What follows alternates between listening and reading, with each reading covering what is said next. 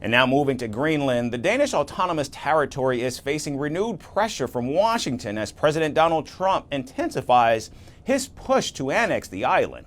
President Trump's remarks have sparked political outrage, forcing the White House to alter its plans for a visit by Second Lady Usha Vance to Greenland's capital Nuuk and the town of Sisimiut, where she was scheduled to attend a major dog sled race. Now, instead of Usha Vance, Vice President JD Vance himself will lead a scaled-down delegation limiting their visit to the U.S. military base at Pituffik in northern Greenland.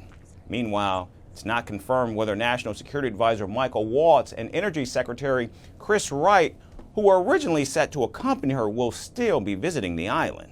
You know, there was so much excitement around Usha's visit to Greenland this Friday that I decided that I didn't want her to have all that fun by herself, and so I'm going to join her. So we're going to check out how things are going there. And I say that speaking for President Trump, we want to reinvigorate the security of the people of Greenland because we think it's important to protecting the security of the entire world.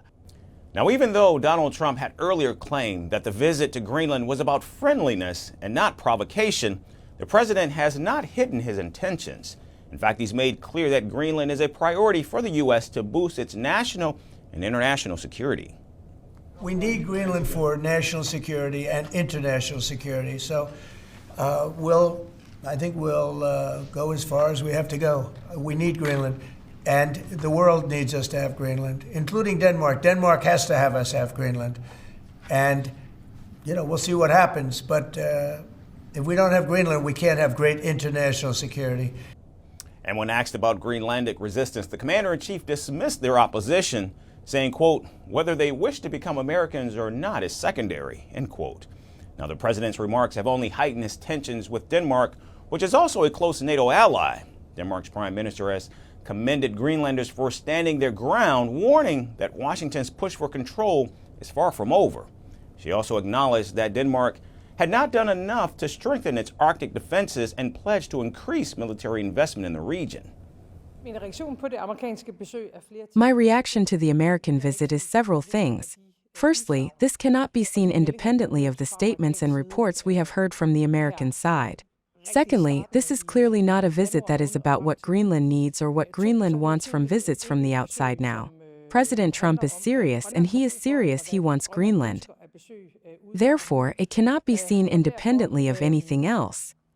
Så bliver jeg også nødt til at sige, at det er et uacceptabelt pres. Vice President Vance's upcoming visit to Greenland will focus on national security discussions at Pituffik Space Base. And even though Denmark and Greenland may have forced the U.S. to rethink its approach for now, their fight against President Trump is far from over. Greeting you with aloha and namaste.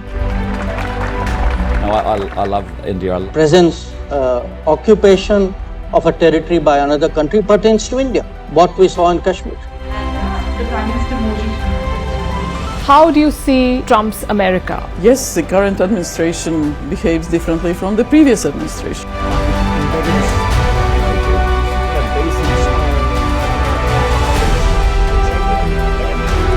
Are you saying that there are foreign powers who are trying to bring down the current government in Syria? Exactly.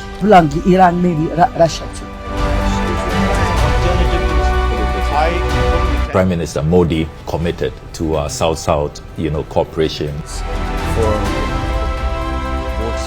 Not over 50%. Is Ukraine prepared to pay the price for that peace? No compromises at the cost of territorial integrity and sovereignty.